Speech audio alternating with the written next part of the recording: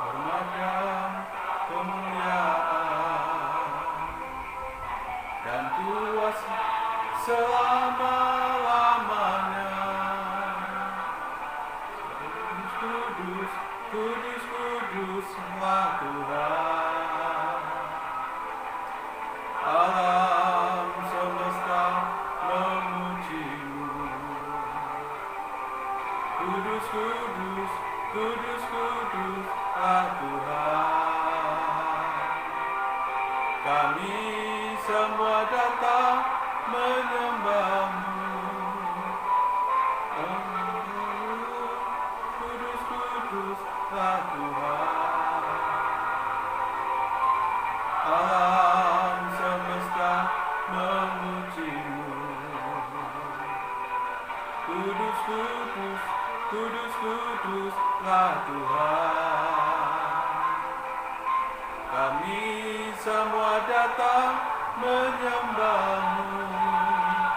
Sebab Engkau kaya dan Engkau kudus, mulia dan ditinggikan, diagungkan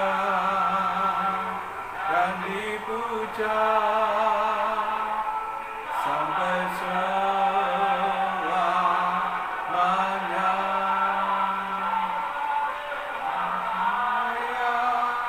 Dan Engkau kudus, mulia dan ditinggikan, diagungkan dan dipuja sampai selamanya.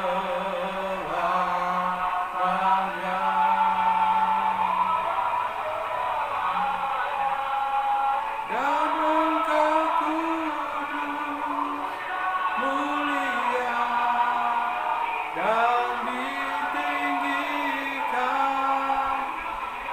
diagungkan dan dipuja sampai selamanya.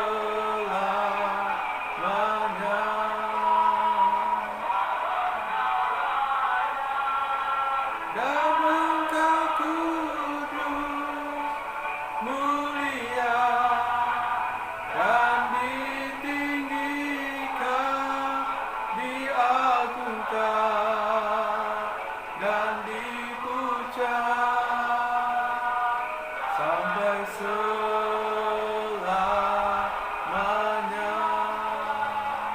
Diagungkan dan dipuja sampai selamanya. Diagungkan dan dipuja sampai selamanya.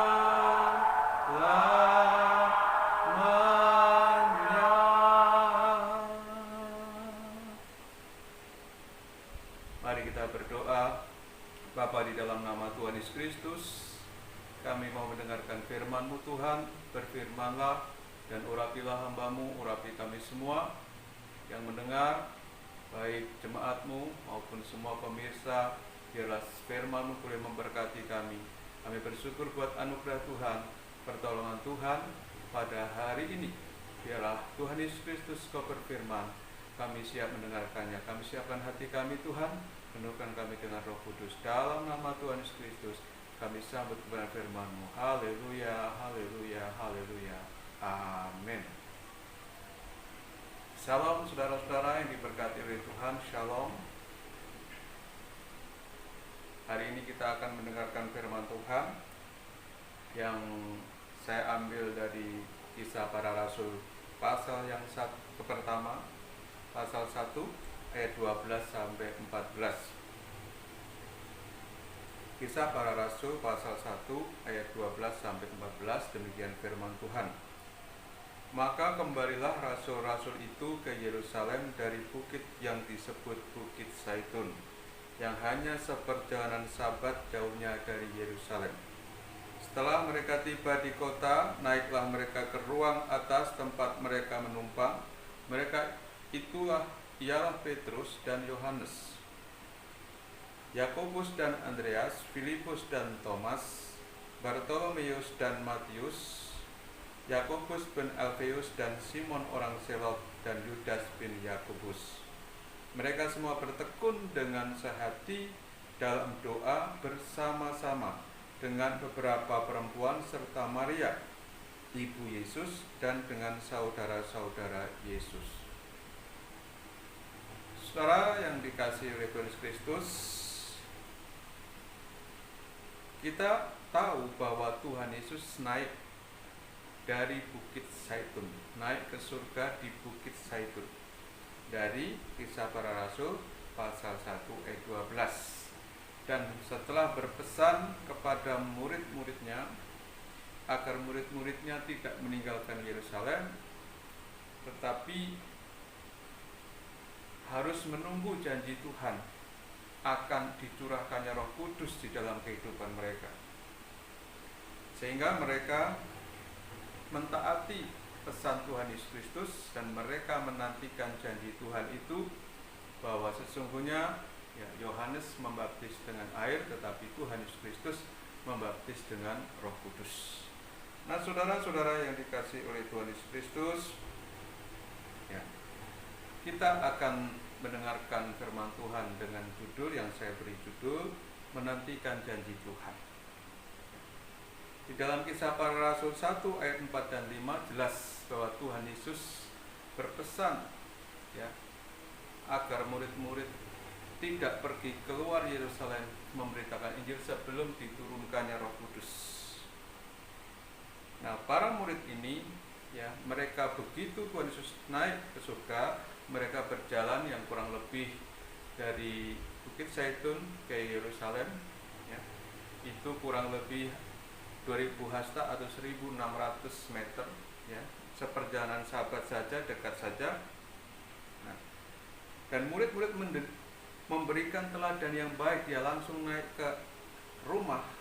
Kita tidak tahu, tidak disebutkan rumah itu siapa, mungkin rumah yang dipakai untuk perjamuan terakhir oleh Tuhan Yesus, atau mungkin rumah Yohanes, karena di situ ada ibu Yesus, Maria ibu Yesus. Karena pada waktu Yesus disalib, Maria dititipkan kepada Yohanes. Yohanes, inilah ibumu, dan kepada Maria, ibu, inilah anakmu. Dan mungkin saja itu adalah rumah Yohanes yang dia bertingkat, dan mereka naik ke tingkat, mereka berdoa, ada 11 murid-murid Tuhan Yesus dan mungkin juga murid-murid yang lain, ke-70 murid-murid, dan Maria, mungkin juga banyak wanita-wanita yang pernah mengikut Yesus dan melayani segala keperluan yang dibutuhkan pada waktu pelayanannya.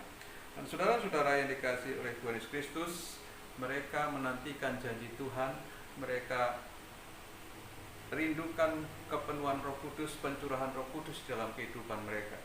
Saudara yang dikasihi oleh Tuhan Yesus Kristus, murid-murid memberi teladan yang baik dalam hal percaya dan menantikan janji Tuhan dalam kehidupannya.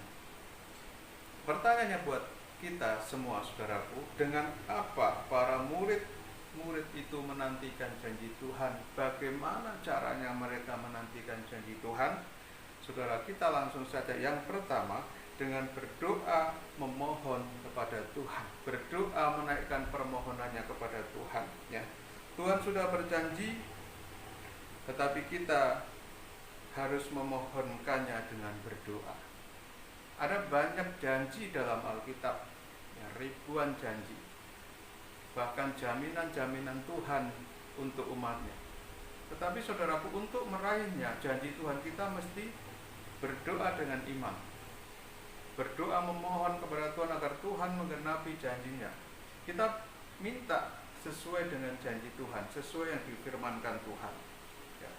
Jadi mereka berdoa dalam menantikan janji Tuhan. Kita melihat 1 Tesalonika pasal 5 ayat 17. Paulus menasihatkan kepada jemaat Tesalonika agar tetaplah berdoa. Dalam kondisi apapun tetaplah berdoa. Karena doa, saudara sekasih, doa itu sanggup mengubahkan segala sesuatu. Doa orang benar besar kuasanya. Untuk meraih janji Tuhan kita mesti berdoa. Karena dengan doa, sesuatu yang tidak mungkin menjadi mungkin. Yang percaya katakan amin. Saudara yang dikasihi oleh Tuhan Kristus, Tuhan Yesus sendiri memberikan teladan. Kapan Tuhan Yesus Kristus dipenuhi Roh Kudus? Pada saat dia dibaptis. Lalu habis dibaptis, Tuhan Yesus sedang berdoa, lalu Roh Kudus turun seperti burung merpati hinggap di pundaknya. Dalam Lukas pasal yang ke-3 ayat 21 jelas di situ.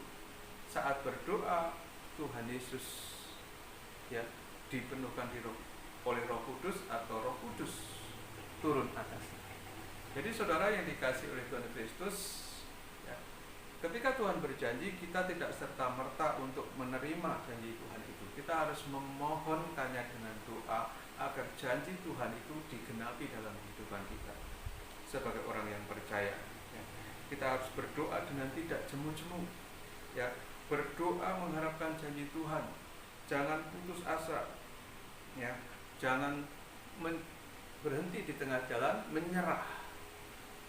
Walaupun doa itu belum dikabulkan oleh Tuhan, walaupun doa itu masih seperti jauh di sana, tetapi percayalah bahwa janji Tuhan ya dan amin pasti akan digenapi. Nah, ketika murid-murid menantikan janji Tuhan, dia tidak menantikan sambil jalan-jalan, sambil ngopi-ngopi, sambil kongko-kongko, tidak. Tetapi murid-muridnya itu mereka menyiapkan diri naik ke tempat yang tinggi. Artinya dia mengutamakan Tuhan, lalu mereka berdoa dengan tekun menantikan janji Tuhan. Saudara yang dikasihi oleh Tuhan Kristus, yang kedua, dengan bertekun mereka berdoa.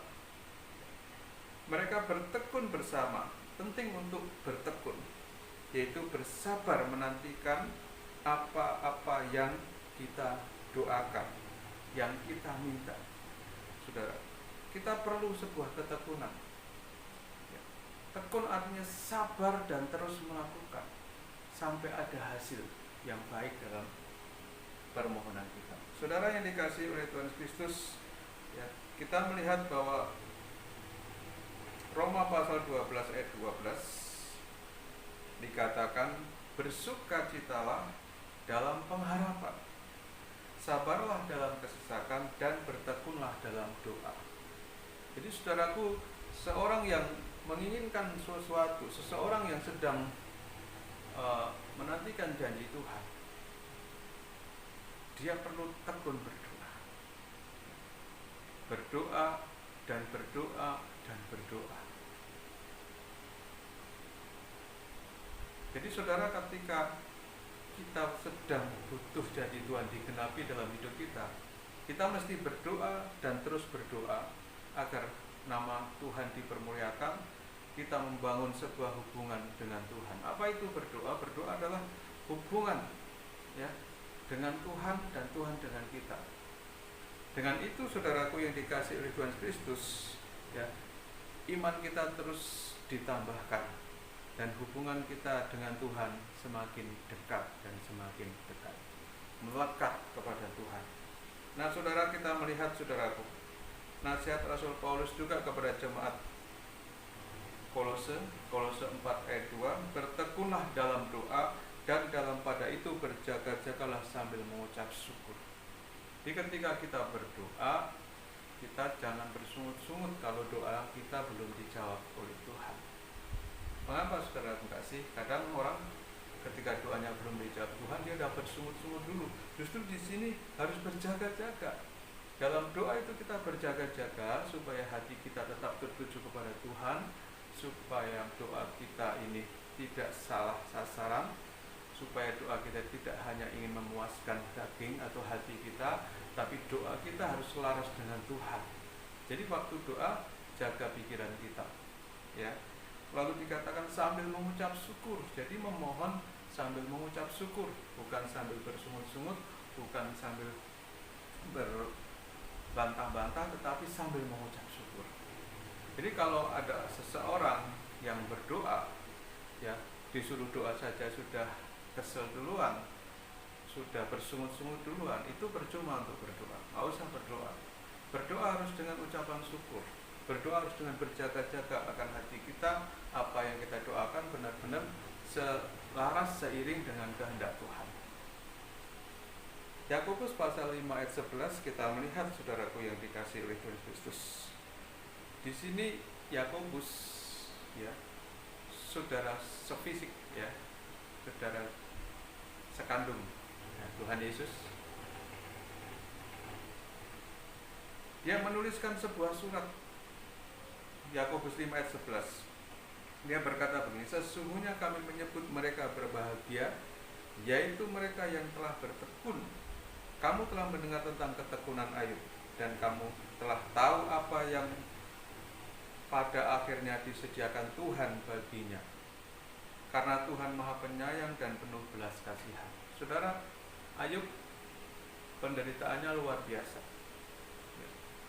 Dalam satu hari dia kehilangan anak-anaknya, dia kehilangan harta bendanya, dan dalam hari itu juga dia tertimpa sakit barah, ya, penyakit kulit yang parah, lalu membusuk daging dan kulitnya. Tapi dia tetap berdoa. Dia tetap berdoa dan memohon, dan dia tekun dia berdoa kepada Tuhan. Dan dia berkata bahwa kata-katanya tidak pernah, ya, menyalahkan Tuhan. Dan pada akhirnya ketika dia pada satu titik dia gusar, dia mencabut semua kata-kata yang salah, ya, yang mungkin sudah tidak sesuai dengan hatinya, lalu dia tetap berserah kepada Tuhan akan hidupnya, akan nasibnya. Maka Tuhan memulihkan keadaannya dan memulihkan apa yang telah hilang daripadanya, mengembalikannya 2 kali lipat dari yang dia dulu punya, yang sudah hilang dan lenyap. Saudara yang dikasihi oleh Tuhan Kristus, ketika kita dalam pencobaan, ketika kita dalam kesulitan, kita harus tetap bertekun mencari Tuhan. Carilah Tuhan, maka kamu akan hidup, ya. Jadi pagi hari kita cari Tuhan, ya. Siang hari dalam pekerjaan mungkin kita sambil mencari Tuhan. Malam hari kita juga cari Tuhan dengan berdoa, merenungkan firman-Nya, dengan berserah, dengan mengagungkan, memuji nama Tuhan. Itu yang berkenan kepada Tuhan. Saudara yang dikasihi oleh Tuhan Yesus, kita semua apabila kita mengalami seperti yang dialami Ayub, belum pasti kuat, tapi kita boleh meneladani ketekunan Ayub. Dia tidak pernah undur dari Tuhan. Bahkan ketika istrinya yang mengolok-olok dia, ya, bahwa istrinya menyuruh mengutuki dirinya, Ayub tetap berkata, kamu berbicara seperti perempuan gila. Apakah kita akan menerima yang baik saja dari Tuhan dan kita menolak yang buruk? Saudara yang dikasihi oleh Kristus, kadang-kala penderitaan itu sampai kita salah sangka sama Tuhan bahwa Tuhan memberikan yang buruk, padahal Tuhan selalu memberikan yang terbaik. Namun demikian Ayub tetap bertekun dan akhirnya keadaannya dipulihkan, bahkan berkatnya 2 kali lipat Tuhan berikan kepadanya. Saudara yang dikasihi oleh Tuhan Kristus, ya, kita perlu meminta dengan tekun kepada Tuhan, bertekun saat berdoa, ya.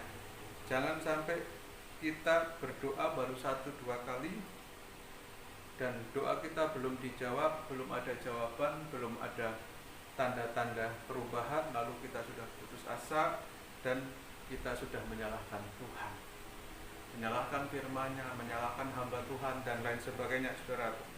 Jadi ketekunan itu membawa kita tahan uji, ya. Iman kita diuji, doa kita diuji, benar-benarkah kita memerlukan? Saudara yang dikasihi oleh Tuhan Kristus, ya, kadangkala air mata itu, ketekunan berdoa, tangisan itu adalah tanda bahwa kita sungguh-sungguh membutuhkan Tuhan. Jadi Tuhan Yesus juga pernah memberikan perumpamaan tentang seorang janda yang minta keadilan kepada seorang hakim di suatu kota. Hakim itu tidak pernah mau mendengarkan dia, tetapi dia terus bertekun, dia terus datengin itu si hakim, dan pada akhirnya dia mendapat pertolongan. Apalagi Bapa yang di surga, Bapa yang baik, pasti dia akan memberi pertolongan kepada saya dan saudara. Hal yang berikutnya, saudaraku yang dikasihi oleh Kristus, bagaimana murid-murid itu menantikan janji Tuhan, yaitu dengan bersehati berdoa. Yang pertama dengan menaikkan sebuah permohonan, yang kedua berdoa dengan tekun, dan yang ketiga dengan bersehati berdoa atau berdoa dengan sehati. Ada kesatuan, ada unity, ada kesatuan hati, ada sepakat, ya, sehati. Tidak ada perselisihan, tidak ada iri hati, tidak ada pertengkaran, tetapi memelihara kesatuan roh. Ya. Jadi di dalam Ayub pasalnya yang ke 1 ayat 14, mereka semua bertekun dengan sehati dalam doa. Saudara, ya, tidak mudah untuk menjadi sehati, baik itu suami istri, anak, dan apalagi di tengah-tengah jemaat, para pengerja dengan pendetanya, para pengurus majelis dengan pendetanya, ya. Kadang susah untuk bersehati. Tetapi ketika mereka memelihara kesatuan dalam roh, dalam kasih Tuhan, mereka bisa bersehati. Dan kita melihat di sini bahwa ada Andreas, ada Yohanes, ada Thomas, Bartolomeus, ada Matius, dan Ibu Yesus, dan mereka bertekun sehati. Ya. Mereka sepakat sehati untuk memohon pertolongan Tuhan, untuk Tuhan menggenapi janji-janjinya. Nah, saudara yang dikasihi oleh Tuhan Kristus, ya, Tuhan berkata bahwa di dalam Matius 18 ayat 19, dan lagi aku berkata kepadamu, jika 2 orang daripadamu di dunia ini sepakat meminta apapun juga, permintaan mereka itu akan dikabulkan oleh Bapa-Ku yang di surga. Yang kita ambil bukan hanya 2-nya, tapi sepakatnya. Bisa 2, bisa 3, bisa 4, 5 orang. Ya. Apakah kita berdoa dengan sepakat? Kalau ada jam-jam doa, ada acara kebaktian doa, ya, entah itu 2 orang, 3 orang, yang penting sepakat dulu. Sepakat berdoa untuk gereja, sepakat berdoa untuk pelayanan, untuk jiwa-jiwa, untuk keluarga, sepakat dulu. Karena kata kuncinya ketika kita sepakat, ya, firman Tuhan tadi katakan minta apapun diberikan.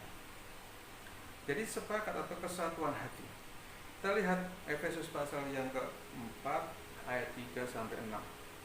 Dan berusahalah memelihara kesatuan roh oleh ikatan damai sejahtera, satu tubuh, satu roh, sebagaimana kamu telah dipanggil kepada satu pengharapan yang terkandung dalam panggilanmu, satu Tuhan, satu iman, satu baptisan, satu Allah dan Bapa dari semua, Allah yang di atas semua dan oleh semua dan di dalam semua. Kesatuan membuat kita kuat, saudara. Jadi kita punya Tuhan yang satu, punya Bapa yang satu, di dalam semua dan untuk semua, saudara. Satu baptisan, satu iman, percaya Tuhan kita, Tuhan Yesus Kristus. Memiliki kesepakatan dulu bahwa kita meminta dalam satu nama, meminta, ya, sepakat sehari apa yang kita minta, maka akan terjadi yang namanya jawaban Tuhan untuk setiap doa kita. Saudara, jadi mereka ketika menanti-nantikan Roh Kudus, ya, pada waktu itu doa 10 hari, ya, sampai hari ke-50 Roh Kudus dicurahkan, mereka tidak tenang-tenang, ya, duduk-duduk nantikan janji Tuhan. Mereka bertekun sehati, mereka mengingat janji Tuhan, mereka berdoa, dan mereka sembah Tuhan. Lalu dalam penyembahan itu, dalam doa itu, saudaraku, Roh Kudus turun. Seperti Yesus waktu berdoa di Sungai Yordan habis dibaptis, Roh Kudus turun. Saudara yang dikasihi oleh Tuhan Kristus, kita melihat, saudaraku, bahwa kesatuan itu menjadikan kuat, ya. Bersatu kita teguh, saudara. Sekalipun pada saat ini kita tidak boleh kumpul-kumpul untuk menyatukan diri, justru jauh-jauhan, ya, jaga jarak. Tapi saudaraku, sampai akhirnya kita ibadah online, dengar firman Tuhan online, saudaraku. Tapi hal itu tidak menghalangi hati kita. Kalau kita punya visi, punya kerinduan yang sama untuk jiwa-jiwa, untuk pelayanan, untuk pekerjaan Tuhan, untuk keluarga, kita bisa satukan di dalam doa yang tidak terbatas oleh ruang, ya, jarak dan waktu. Kalau kita punya kesehatian, saudaraku, maka kita akan mengalami terobosan di dalam kehidupan dan pelayanan. Yohanes 17 ayat 22 sampai 23, dan aku telah memberikan kepada mereka kemuliaan, ya, yang kau berikan kepadaku, supaya mereka menjadi satu sama seperti kita adalah satu. Jadi kehendak Tuhan dan kerinduan Tuhan Yesus agar kita sepakat sehati menjadi satu, tanpa pandang dari gereja mana, tanpa pandang dari suku mana, tanpa pandang dari bangsa, suku, bahasa. Yang penting kamu punya iman dalam Yesus Kristus, yang penting punya hati, ya, untuk memuji menyembah Tuhan, hati untuk jiwa-jiwa, hati untuk melayani, hati untuk memberi, hati untuk mengasihi, ya. Maka ketika kita menjadi satu, apapun yang mereka minta pasti diberikan, saudaraku. Dan saya akan memberikan sebuah gambaran, saudaraku, di dalam Kejadian pasal 11 ayat 1 sampai 6. Kita tidak baca semua, tapi kita akan baca ayat 1 dan ayat yang ke-6, saudaraku. Ayat 1 dan ke-6. Adapun seluruh bumi satu bahasanya dan satu logatnya, ya. Kejadian pasal yang 11 ayat 1 sampai 6. Lalu ayat yang kita baca semua saja, saudaraku. Maka berangkatlah mereka ke sebelah timur dan menjumpai tanah datar di tanah Sinear. Lalu menetaplah mereka di sana. Mereka berkata seorang kepada yang lain, marilah kita membuat batu bata dan membakarnya baik-baik. Lalu bata itulah dipakai mereka sebagai batu dan tergala-gala sebagai tanah liat. Juga kata mereka, marilah kita dirikan bagi kita sebuah kota dengan sebuah menara yang puncaknya sampai ke langit, dan marilah kita cari nama supaya kita jangan terserak di seluruh bumi. Lalu turunlah Tuhan untuk melihat kota dan menara yang didirikan oleh anak-anak manusia itu, dan ia berfirman, perhatikan, mereka ini satu bangsa dengan satu bahasa. Untuk semuanya itu, ini barulah permulaan usaha mereka. Mulai dari sekarang apapun juga yang mereka rencanakan, tidak ada yang tidak akan dapat terlaksana. Saudara, ini adalah kisah Menara Babel. Dalam kisah ini, saudara yang dikasih oleh Tuhan Kristus, mereka satu bangsa, ya, belum terserah, satu bahasanya. Dan mereka punya kerinduan untuk membuat menara yang ujungnya sampai ke langit, ya. Dan Tuhan tahu bahwa di dalam kesatuan itu tidak ada segala sesuatu yang tidak terlaksana. Semua akan terlaksana karena ada kesatuan. Artinya, saudaraku, kita bukan mencontoh untuk mendirikan Menara Babelnya, tapi kita mencontoh bagaimana kita menyatukan, ya, bahasa kita di hadapan Tuhan, ya. Kita menyatukan hati kita oleh Roh Kudus, lalu kita meminta permohonan yang sama. Kita yakin bahwa dalam kesepakatan kesehatan itu, ya, kita akan beroleh jawaban-jawaban bagi doa-doa orang percaya dalam menantikan janji Tuhan. Saudara yang dikasihi oleh Tuhan Kristus, sungguh alangkah indahnya dan baiknya apabila kita bisa bersatu, bersehati di dalam doa. Saudara, sekalipun kita saat ini tidak bisa berjumpa, belum bisa berkumpul untuk berdoa, ya, tapi kita tetap menyatukan doa-doa kita sekalipun tidak berkumpul.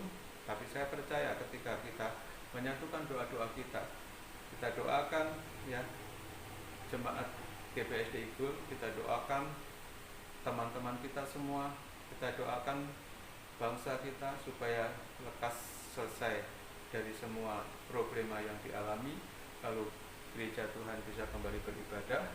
Kita satukan hati supaya ada terobosan, keluarga lepas keluarga, ya, jiwa-jiwa, semuanya bisa menyatukan hati. Kita belajar, ya, panjatkan doa, permohonan kita berdoa bersama-sama, ya.